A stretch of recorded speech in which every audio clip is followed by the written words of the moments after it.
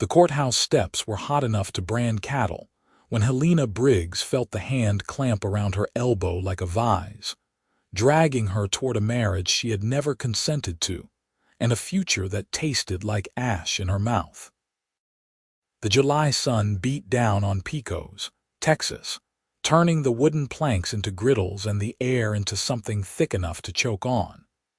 6 months pregnant with her late husband's child, she planted her boots and pulled back hard enough to make the man holding her stumble. "I did not agree to this," she said, loud enough that every person loitering in the courthouse square could hear her. "Thomas is 3 months dead, and you vultures are already picking his bones clean." The man holding her was Samuel Briggs, her dead husband's older brother, and he had the same square jaw Thomas had possessed, but none of the kindness that had lived behind it. His face was all sharp angles and harder intentions. "The arrangement is legal," Samuel said through teeth that barely moved. "Signed and witnessed. You marry me today or you lose everything Thomas built." A crowd had gathered the way crowds always did when there was spectacle to be had. Helena recognized most of the faces. Mrs. Patterson from the general store, old Henry who ran the livery, the Morales family who owned the land adjacent to hers, and standing near the hitching post, a cowboy she had seen around town but never spoken to, his hat tilted back and his eyes sharper than his easy grin suggested. The lawyer, a weasel-faced man named Craddock who smelled like whiskey even at 10 in the morning, stepped forward with papers clutched in his leather satchel. "Mrs. Briggs, the agreement is quite clear. Your late husband's debts exceed what the ranch can bear. Mr. Samuel Briggs has generously offered to assume those debts in exchange for marriage and joint ownership of the property. It is all perfectly legal." "Legal," Helena repeated, tasting the word like poison. "Thomas had no debts that I knew of. We were doing fine." "A woman does not always know her husband's business affairs," Craddock said with the kind of condescension that made Helena want to knock his teeth down his throat. She would have said something sharp and probably unwise, but the crowd shifted, and the cowboy from the hitching post moved closer. He was tall, with dark hair that needed cutting and eyes the color of good whiskey. When he smiled at her, it was the kind of smile that suggested he found the whole situation amusing in a way that should have annoyed her, but somehow did not. "Seems like a lot of fuss for a Tuesday morning," the cowboy said to no one in particular. His voice carried that lazy drawl that some men cultivated and others were born with. "You would think a wedding would be a happier occasion." Samuel turned on him with the kind of rage that came from being interrupted. "This is none of your concern, Drifter," the cowboy shrugged, easy as anything. "Maybe not. But I have always been curious by nature. My mother said it would get me killed one day, but so far I am still breathing." While Samuel sputtered and Craddock tried to restore order, Helena watched the cowboy's hands. They moved quick and casual, adjusting his belt, brushing past Craddock's satchel, coming away with nothing visible but something in the way he moved suggested otherwise. It was the kind of sleight of hand that would make a gambling man weep with envy. "The ceremony will proceed," Samuel announced, grabbing Helena's arm again. "Reverend Mitchell is waiting inside." Helena's heart hammered against her ribs. She had exactly 2 choices and neither of them good. Marry Samuel and watch him drain Thomas's ranch dry, or refuse and lose everything her husband had worked for, lose the home where she had planned to raise their child. The baby moved inside her, a small flutter of protest or perhaps encouragement. "I need a moment," she said, her voice steadier than she felt. "A woman should at least have a moment before her wedding, even one like this." Samuel's grip tightened. "You have had 3 months of moments. Let her breathe, Sam."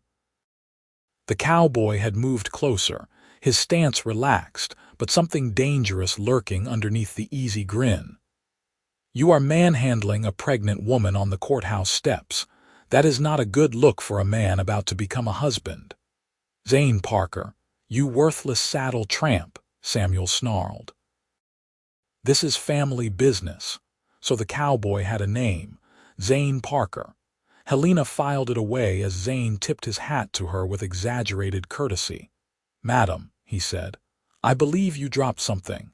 She had not dropped anything, but she played along, looking down at the steps.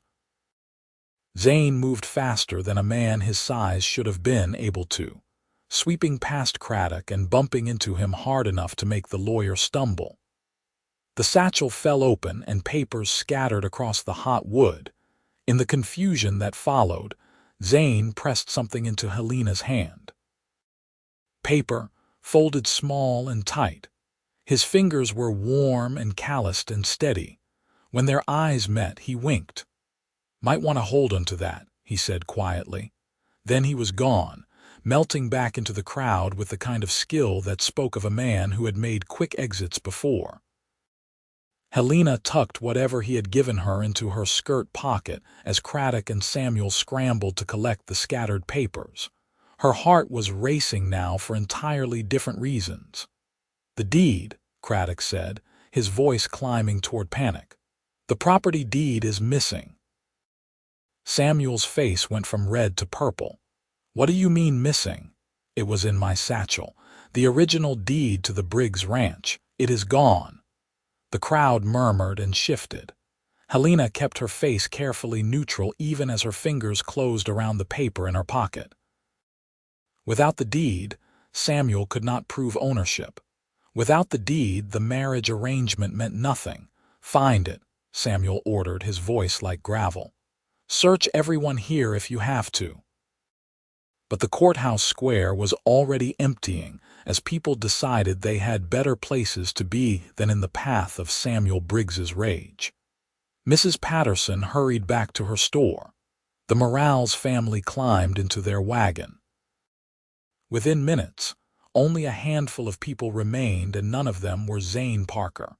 Helena took her moment. She pulled her arm free from Samuel's grip and backed up 3 steps. "I think," she said clearly, "that this wedding will have to wait until you sort out your missing paperwork." "You are not going anywhere," Samuel said. "I am going home, to my home, on my land. Unless you want to drag me down Main Street in front of God and everyone, I suggest you let me go." She could see him calculating, weighing the cost of public spectacle against the satisfaction of immediate control. Finally, he stepped back with a look that promised this was not over. "1 week," he said. "You have 1 week to get your affairs in order, Helena. With or without that deed, I will have what is owed to me." Helena did not wait for him to change his mind. She turned and walked down those courthouse steps with her head high and her hand pressed to her belly. The baby kicked as if in approval. She made it 3 blocks before her knees went weak, and she had to stop in the shade of the bank awning to catch her breath. That was well played. Zane Parker materialized out of the alley beside the bank, still wearing that easy grin, but his eyes were serious now. "Though I imagine you have questions." "You stole the deed," Helena said.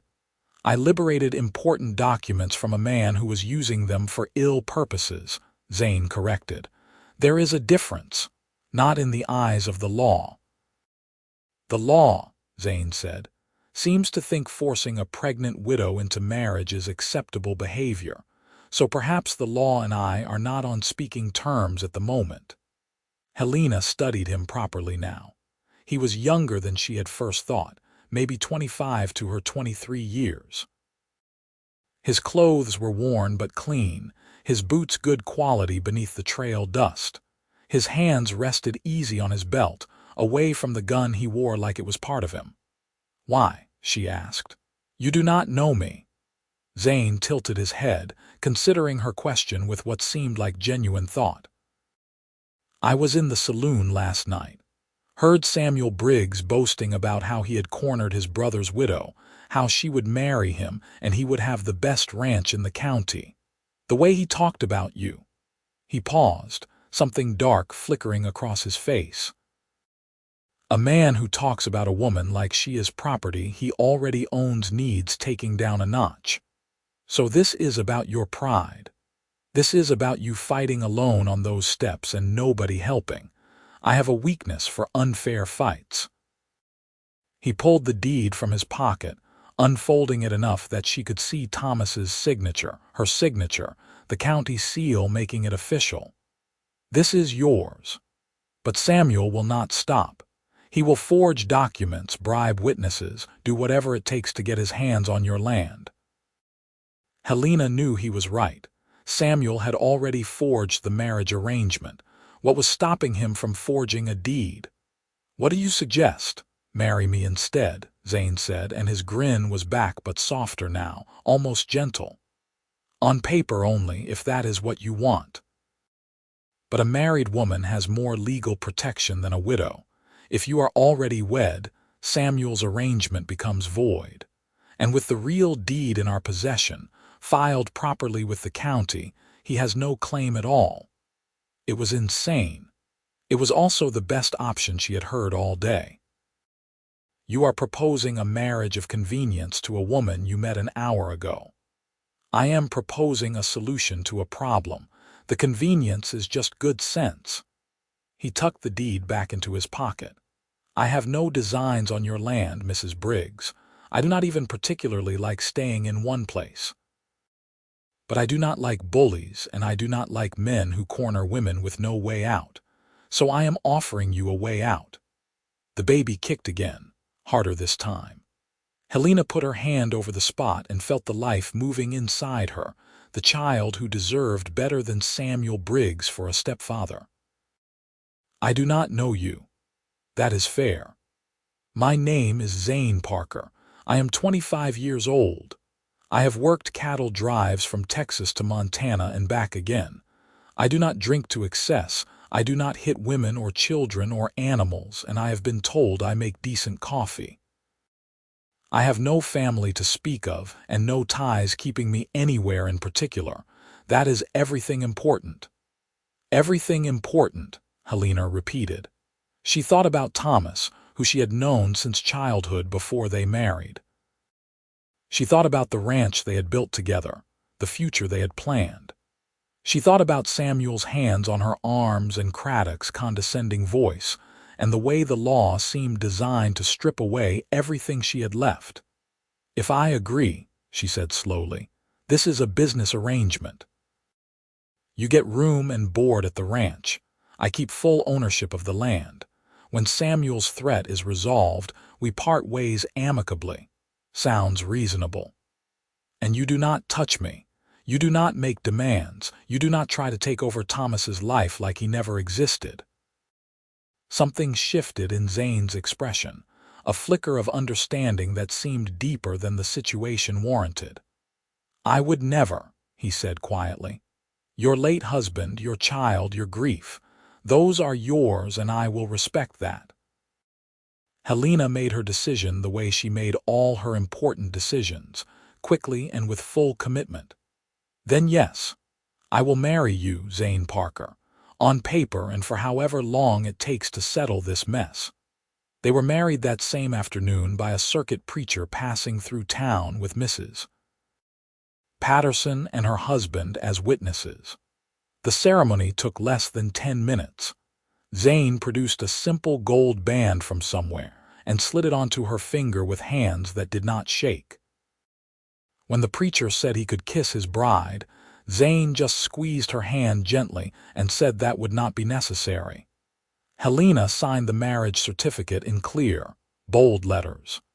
Helena Briggs Parker, a new name for a new situation. They filed the certificate with the county clerk before the office closed, along with the original deed to the ranch, now updated to reflect her married name. The clerk, an older woman named Mrs. Chen, who had never liked Samuel Briggs, made sure everything was recorded properly and filed in triplicate. That should hold up in any court, Mrs. Chen said with satisfaction. Your land is secure, Mrs. Parker. Mrs. Parker. Helena was still getting used to that. They rode out to the ranch in Helena's wagon as the sun started its descent toward the horizon. The land opened up around them, rolling hills dotted with live oak and cedar, fields where cattle grazed. The house Thomas had built sitting solid and square on the rise overlooking the creek. It was beautiful in the way that only something you had worked for could be beautiful. "This is worth fighting for," Zane said, and there was no teasing in his voice now.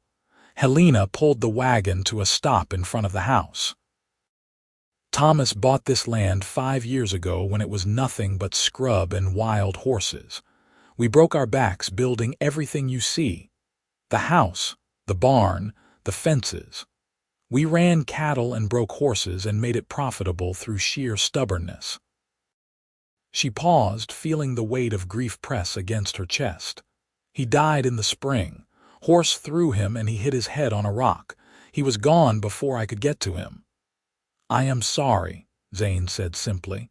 "Samuel showed up 2 weeks after the funeral. Said Thomas owed him money from some failed business venture years ago. Said I could not possibly run the ranch alone, not pregnant and not with debts hanging over me. He had papers drawn up before I even knew what was happening. The papers were forgeries. I know that now. But I am a woman alone. The bank would not give me credit without a man's signature. The hands Thomas employed left when Samuel spread rumors about the ranch going under. I was running out of options fast."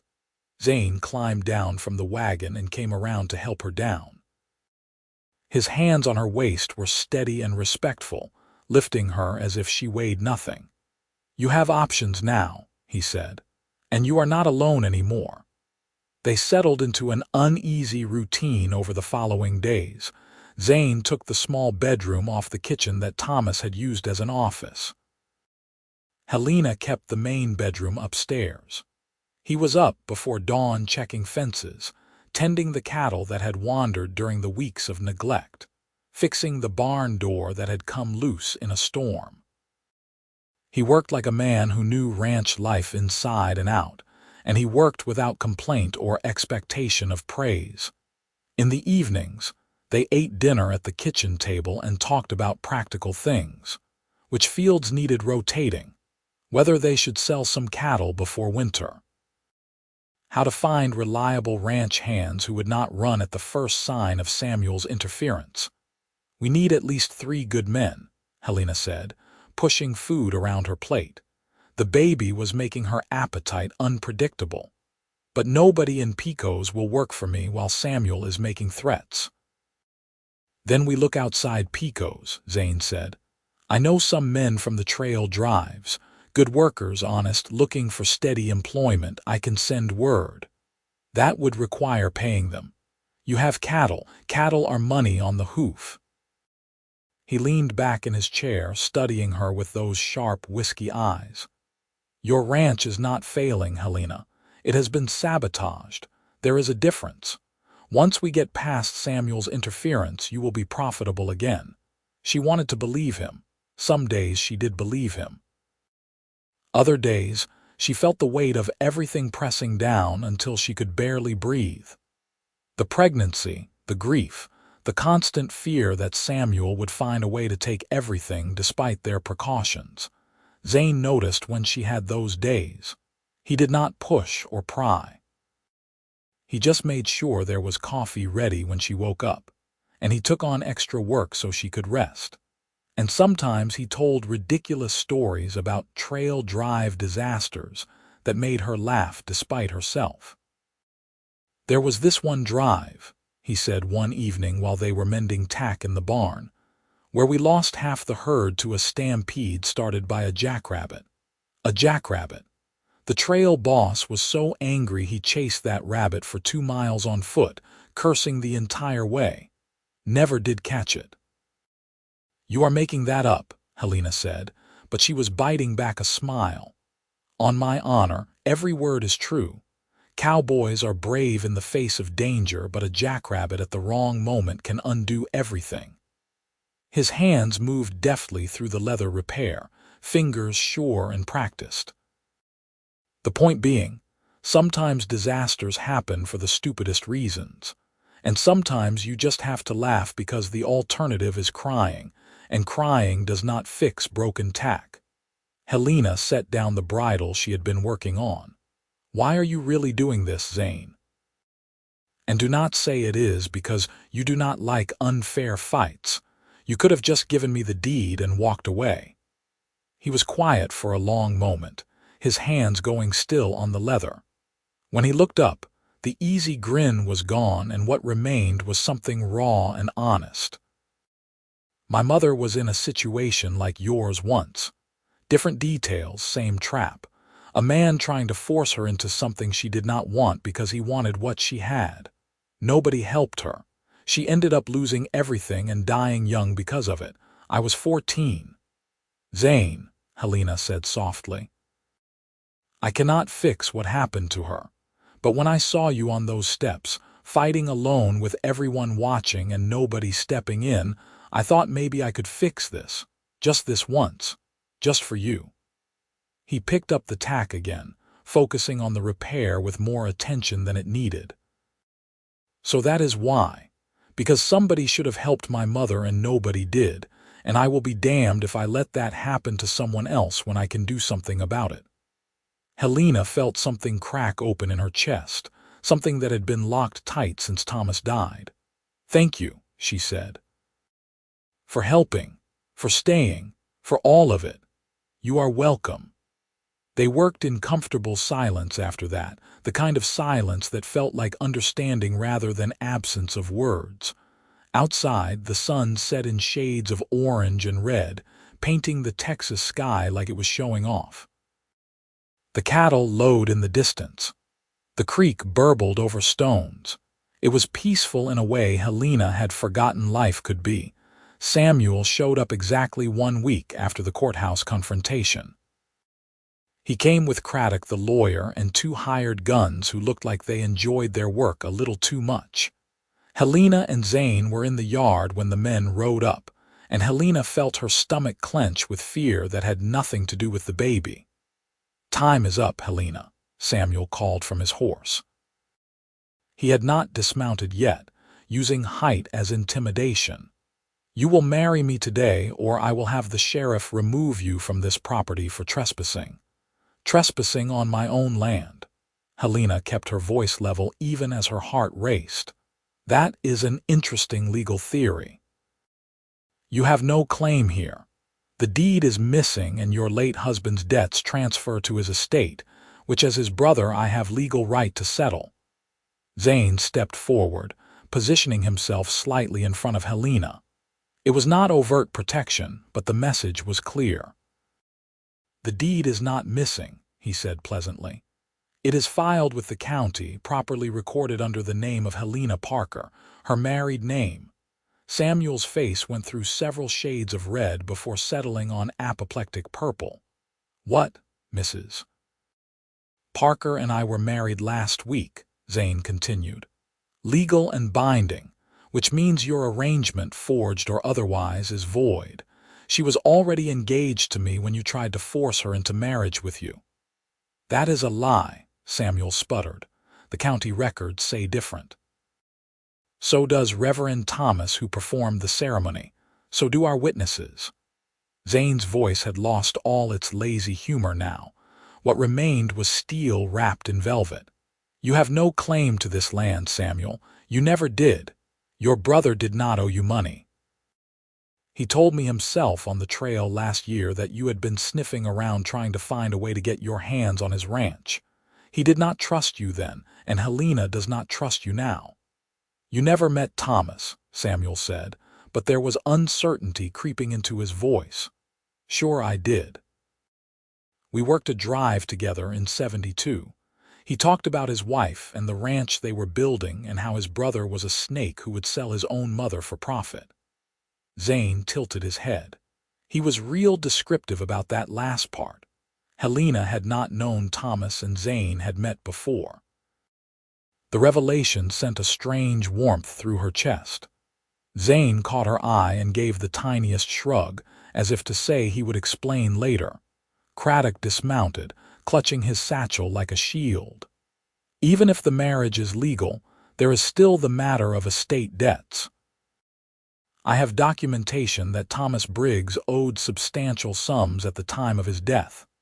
Show me, Helena said. She had been dreading this confrontation but also perversely looking forward to it. Show me these debts with Thomas's actual signature, witnessed and dated. Craddock pulled out papers. Zane took them and studied each page with the careful attention of a man who knew exactly what he was looking at. After several minutes, he handed them back. "These are forgeries," he said flatly. "The signature does not match. The dates do not make sense with Thomas's whereabouts. And the witness is a man who has been dead for 2 years, which is impressive testimony from beyond the grave." "You cannot prove that," Craddock blustered. "I can," said a new voice. Mrs. Chen from the county clerk's office rode up on a sturdy mare, followed by Sheriff Porter, who looked deeply unhappy to be there. "I pulled the original estate filing for Thomas Briggs. There were no outstanding debts listed. Furthermore, I compared the signatures on Mr. Craddock's documents to Thomas Briggs's signature on file. They do not match." Sheriff Porter, a tired man in his 50s who wanted nothing more than a quiet town, sighed heavily. "Samuel Craddock, I am going to have to ask you to leave. If you have legitimate grievances, file them through proper channels. But based on what I am hearing, you have been attempting to defraud a widow of her legal property." "This is not over," Samuel said, but he was already turning his horse. "Yes," Zane said quietly, "it is." The hired guns followed Samuel and Craddock back down the road. Sheriff Porter tipped his hat to Helena with something like apology in his eyes, then rode after them to make sure they left the property. Mrs. Chen stayed long enough to give Helena copies of all the filed documents. "Keep these somewhere safe," she advised. "Men like Samuel Briggs do not give up easy, but they do give up legal when they realize they have no standing. You are secure, Mrs. Parker."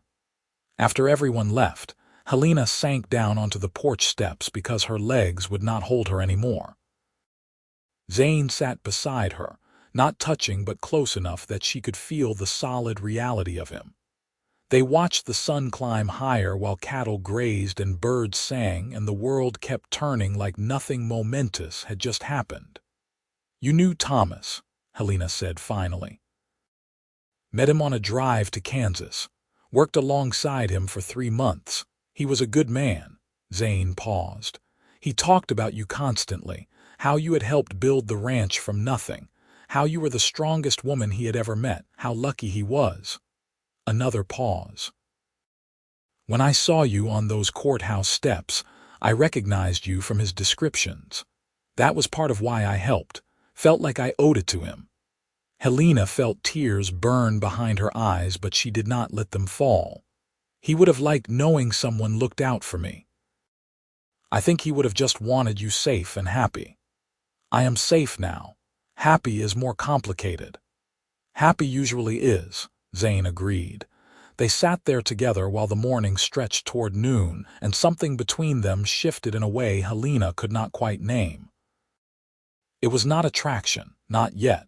Or maybe it was but buried under layers of grief and practicality, and the strange intimacy of 2 people who had bound their lives together for the most unromantic of reasons. The ranch hands Zane had contacted arrived 2 weeks later. 3 men who had worked drives with him and trusted his word.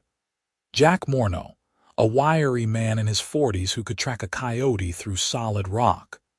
David Sutton, younger and eager, with a gift for handling horses.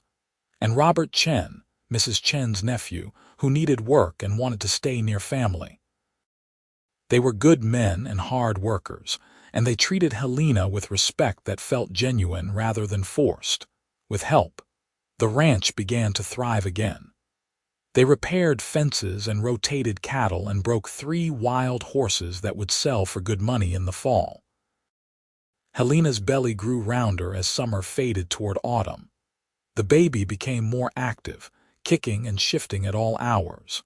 Sometimes Zane would be in the middle of telling a story at dinner and pause because Helena had gasped, her hand pressed to her side. "You all right?" He would ask, concern immediate and real. "Just a strong kick. This child is going to be a fighter." "Takes after the mother then," Zane would say with that grin, and Helena would roll her eyes but also feel a warmth that had nothing to do with the Texas heat. October arrived with cooler temperatures and changing leaves. Helena woke one morning to find Zane had built a cradle, smooth, wood-sanded to impossible softness, and fitted together with the kind of care that made her throat tight.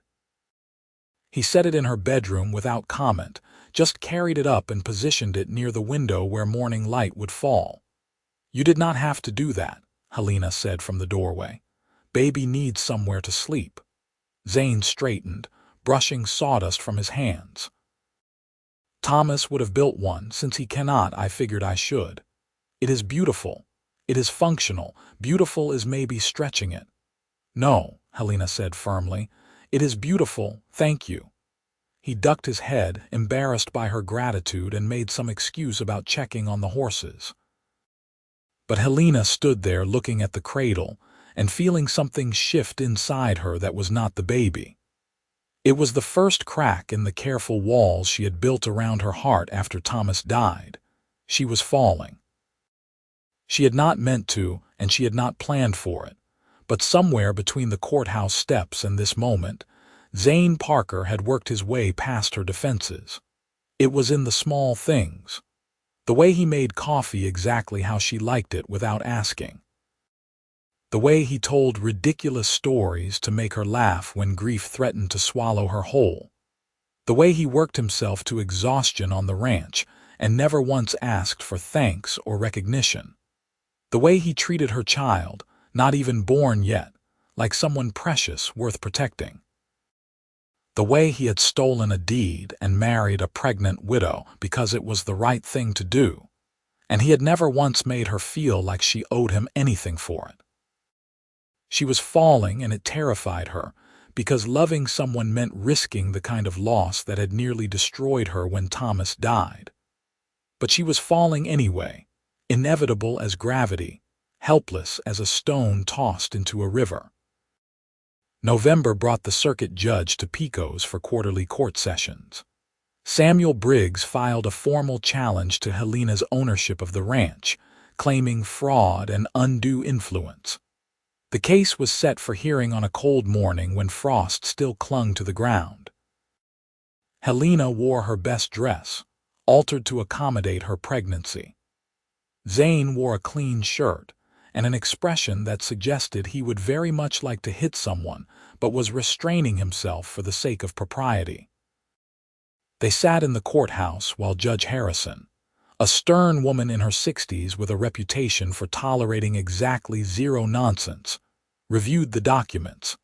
Samuel's lawyer, a more competent man than Craddock who had apparently fled the county to avoid fraud charges, presented his case.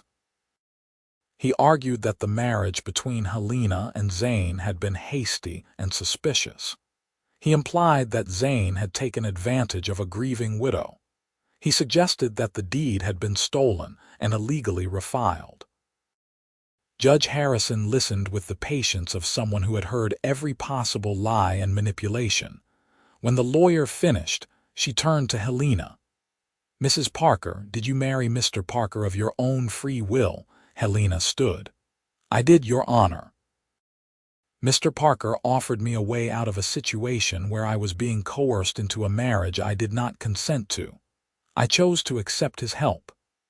And the deed to your ranch, the original deed, signed by my late husband and myself, was stolen from Lawyer Craddock's possession. Mr. Parker recovered it and returned it to me. We filed it properly with the county clerk under my married name. It has been in my possession the entire time, legally speaking." "Legally speaking," Judge Harrison repeated, and there might have been the ghost of a smile on her stern face. "Mr. Parker, do you have anything to add?" Zane stood beside Helena. Only that Samuel Briggs has been attempting to defraud Mrs. Parker of her legal property since her husband died. He forged documents, spread false rumors, and tried to force her into marriage through intimidation. I helped her because it was the right thing to do. That is all. Judge Harrison reviewed the documents one more time, comparing signatures and dates and witness statements. Finally, she set the papers down and fixed Samuel with a look that could have melted steel. "Mr. Briggs, your claim has no legal standing. The deed is authentic and properly filed. Mrs. Parker's marriage is legal and binding. Your brother owed you no debts, and you have no inheritance claim to his estate as he left a widow and unborn child. Furthermore, if I hear one more accusation of you attempting to harass, intimidate, or defraud Mrs. Parker, I will hold you in contempt, and you will spend 6 months in the county jail contemplating your poor life choices. Do you understand?" Samuel's face was purple again, but he managed a stiff nod. "Case dismissed," Judge Harrison announced. "Mrs. Parker, you have my apologies for the trouble this man has caused you. Your property is yours, free and clear." They left the courthouse into weak November sunshine. Helena felt like she could breathe properly for the first time in months. Zane walked beside her, his hand hovering near her elbow in case she needed steadying, and when their eyes met he grinned like he had just won something valuable. "Free and clear," he said. "How does it feel?" "Like I might actually survive this year after all," Helena admitted. Then, because she was tired of being careful with her words, she added, "I could not have done this without you." "Sure you could have. You would have found another way. Maybe, but I am glad I did not have to." She stopped walking and turned to face him fully. People moved around them on the street, but she ignored everyone except Zane. "You have done so much for me, for the ranch. You gave me my life back and asked nothing in return." "I asked for room and board," Zane said, but his voice was softer now, uncertain in a way she had never heard from him. "You know what I mean?" "Yeah," he said, "I do." They stood there while the town moved around them, and Helena made another decision. "When you offered to marry me, you said it could be on paper only. Is that what you still want?" Zane went very still. "What are you asking, Helena?" "I am asking if this is still just a business arrangement to you, because if it is, that is fine. You have fulfilled your part more than fairly. But if it is not, if somewhere along the way this became something else for you, I need to know." He was quiet for so long she thought maybe she had misread everything. Then he said, "I stole that deed the second I saw you fighting alone on those steps, not for the land. Not even because I do not like bullies, though that is true. I stole it because I saw you and something in me just knew I could not walk away, that if I did, I would regret it for the rest of my life." He met her eyes and his own were burning with something fierce and honest. "So no, this stopped being just business for me about 10 minutes after we met. I am absolutely gone for you, Helena Parker, have been from the start." Helena felt her heart do something complicated in her chest. "I love Thomas," she said, "because that needed to be acknowledged. I still love him. I always will. I know, I would never ask you to stop. But I am falling for you too. Maybe I have been for a while now, and I was just too stubborn or too scared to admit it." She put her hand on his chest, feeling his heart beating quick and strong under her palm. "You made me laugh when I thought I would never laugh again. You gave me hope when I had none left. You built a cradle for my baby, and you fixed my fences, and you told me ridiculous stories about jackrabbits, and somehow in the middle of all that I fell completely in love with you." Zane covered her hand with his, holding it against his heart. "You fell first then. That is good to know. I was worried I was alone in this. You are not alone. You have not been alone since you gave me that deed." Helena smiled, feeling lighter than she had in months. So I am asking, Zane Parker, if you want this marriage to be real, not just paper. Real. Yes, he said without hesitation. God, yes. He kissed her there on Main Street with half of Pecos watching, and Helena kissed him back with her whole heart. It was nothing like kissing Thomas, but that was all right because Zane was not Thomas and she was not trying to replace what she had lost. This was something new and precious and entirely its own thing. When they finally broke apart, both breathless, Zane rested his forehead against hers. I love you, he said, in case that was not clear. It was fairly clear, Helena said, but it is nice to hear anyway, I love you too.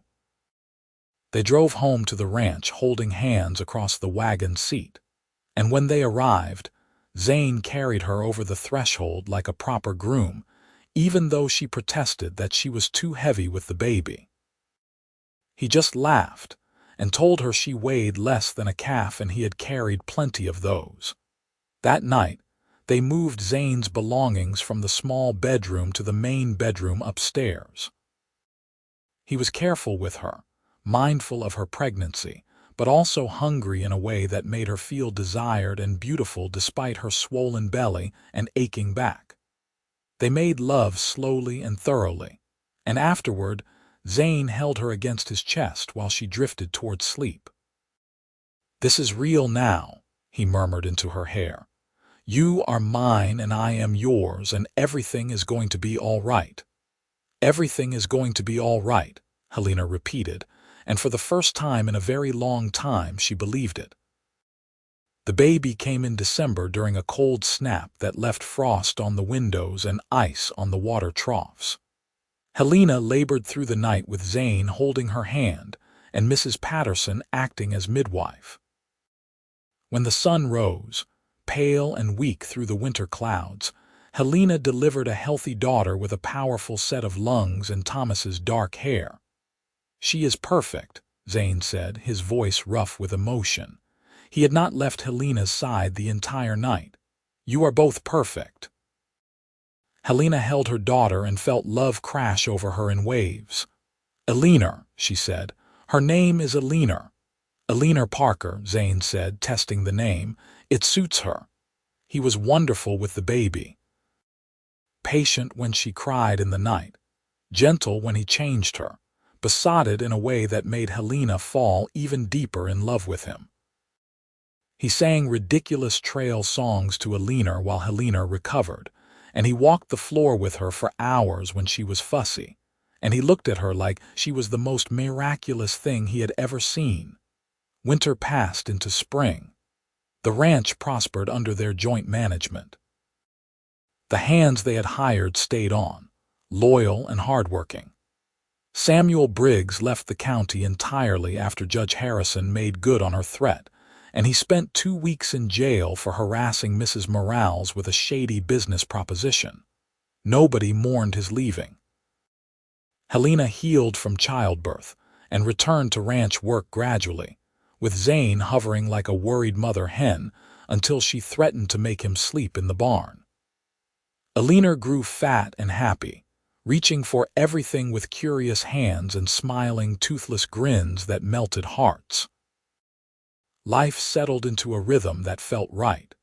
Helena would work in the morning, tending accounts and managing the business side while Zane and the hands worked the cattle and horses. Afternoons she spent with Helena, teaching her daughter about the ranch that would one day be hers. Evenings belonged to all three of them together, dinner and stories and the quiet contentment of a family. I never thought I could be this happy again, Helena told Zane one night. They were in bed, Helena asleep in her cradle by the window. After Thomas died, I thought that part of my life was just over. Thomas would want you happy, Zane said. From everything you have told me about him and from what I knew of him, he loved you enough to want you to have a full life. I know. It still felt like betrayal at first, letting myself love you. And now I think I have enough heart for both of you. Love does not run out just because you find more of it. Helena turned in his arms so she could see his face. You saved me, Zane. Not just from Samuel, but from drowning in grief. You gave me reasons to keep going. You saved yourself, Zane corrected. I just happened to be there at the right time. Take the credit, Cowboy, you earned it. He kissed her, long and slow and thorough, and she kissed him back with all the love she had been holding in her heart. Outside, the Texas night sang with crickets and distant cattle. Inside, their daughter slept peacefully, and two people who had found each other in the most unlikely of circumstances held onto the life they had built. 2 years later, Helena gave birth to a son they named Silas. He had Zane's whiskey eyes and Helena's stubborn chin. 3 years after that came June, a wild thing from birth who climbed everything and feared nothing. Then Thomas, named for the man who had started it all, quiet and thoughtful even as a toddler. Finally Beatrice, born in the spring when wildflowers covered the hills, and the whole world smelled like hope. 5 children, all healthy and loud and so loved it sometimes hurt to look at them. The ranch had grown from 200 acres to nearly 1,000, profitable and respected throughout the county. Helena owned every acre outright, the deed updated and secure in the county records, her name in clear black ink that no one could dispute or steal. They held a barn raising in the summer when Beatrice was 2 years old. The original barn had gotten too small for their expanded operation, so they built a new one, bigger and better, with help from every rancher and farmer within 20 miles. It was the kind of community gathering that felt like celebration and hard work combined. Everyone pitching in because that was what neighbors did. Helena stood on the porch of the house Thomas had built and she and Zane had expanded, watching her children play in the yard while strong men raised the bones of the new barn against the blue Texas sky. Zane came up behind her and wrapped his arms around her waist, resting his chin on her shoulder. "What are you thinking?" he asked. "That I have everything I never knew I could want again. That life is strange and surprising and sometimes terrible, but also sometimes so beautiful it takes your breath away." She leaned back against him, solid and steady in hers. "I am thinking I am grateful. For all of it, even the hard parts that led here. Even Samuel Briggs trying to steal your ranch, even that. Because if he had not, I would never have met you, and if I had never met you, I would not have this life." Zane tightened his arms around her. "I stole a deed and married a pregnant widow, and it turned out to be the best decision I ever made. We are quite the pair, the best pair." Helena ran past chasing a chicken, her dark hair flying. Silas followed more slowly, trying to catch a lizard. June was climbing the fence while Thomas watched nervously from below and Beatrice sat in the dirt making mud pies with intense concentration. Chaos and noise and the beautiful mess of a full life. "I love you," Helena said. "In case I do not say it enough. You say it plenty. But I never get tired of hearing it." Zane turned her in his arms so they were face to face. "I love you too. You and this ridiculous, beautiful life we built. All of it." They kissed while their children played and the barn rose against the sky and the future stretched out before them like the endless Texas horizon. Helena had been a widow forced toward a marriage she did not want, had been cornered and afraid with nowhere to turn.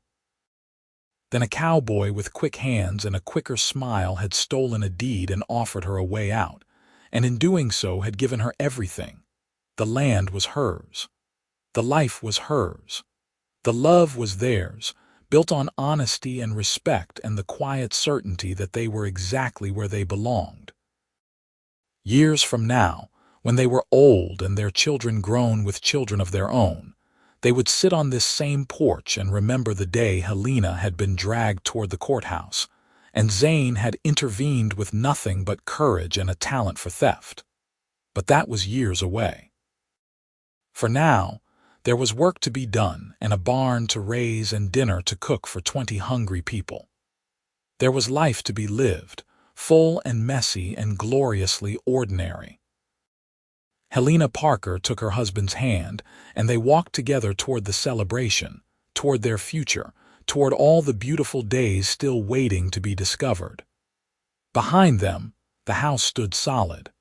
Around them, the ranch sprawled green and prosperous. Ahead of them, their children laughed and played in the Texas sunshine. This was what freedom looked like. This was what love looked like. This was what it meant to fight for something and win, to lose everything and find it again in a different form, to take the broken pieces of your life and build something new and strong and lasting. The deed was filed. The land was secure. The family was thriving.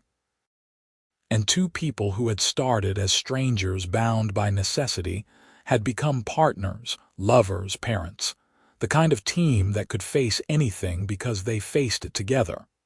The sun climbed higher, burning away the last of the morning coolness. Somewhere in the distance, cattle lowed. The creek bubbled over smooth stones. Hammers rang against nails as the barn took shape. And in the middle of all that noise and life and beautiful chaos, Helena and Zane stood together watching the community they had built, the family they had created, the future they would share for all the years ahead. It was enough. It was everything. It was exactly right.